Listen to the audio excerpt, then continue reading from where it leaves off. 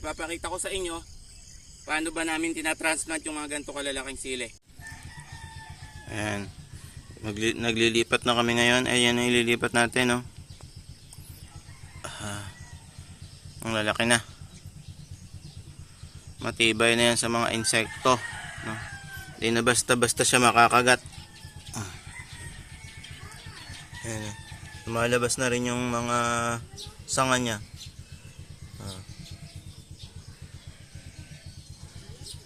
Ayan, no?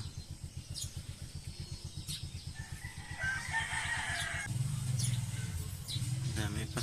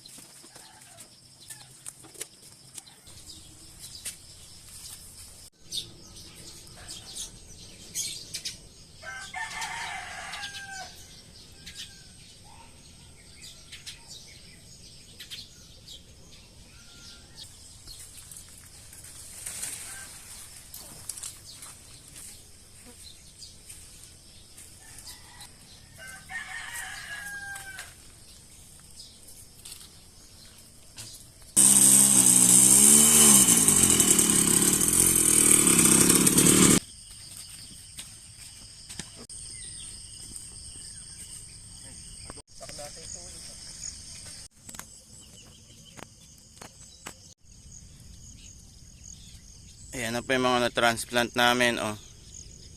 Ayan. Di talaga maiiwasan na may napuputol yan, oh. Pinutol ng insekto.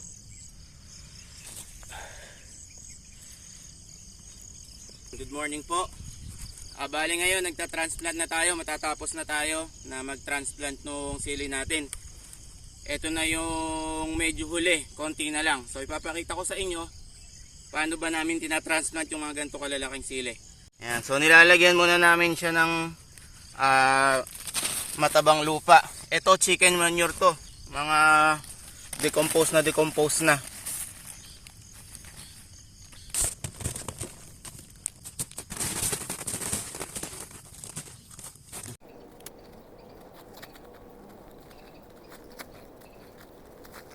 Po tayo, ito yung mga itatanim natin.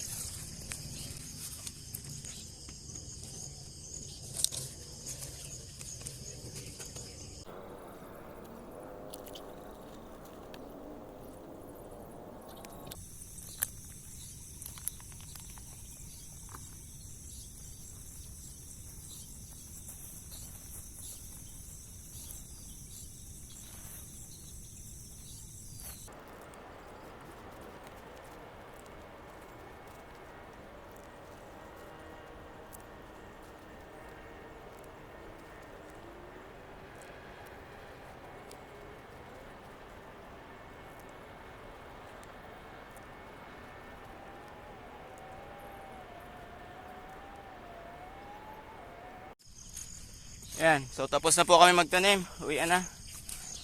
Pakainit na.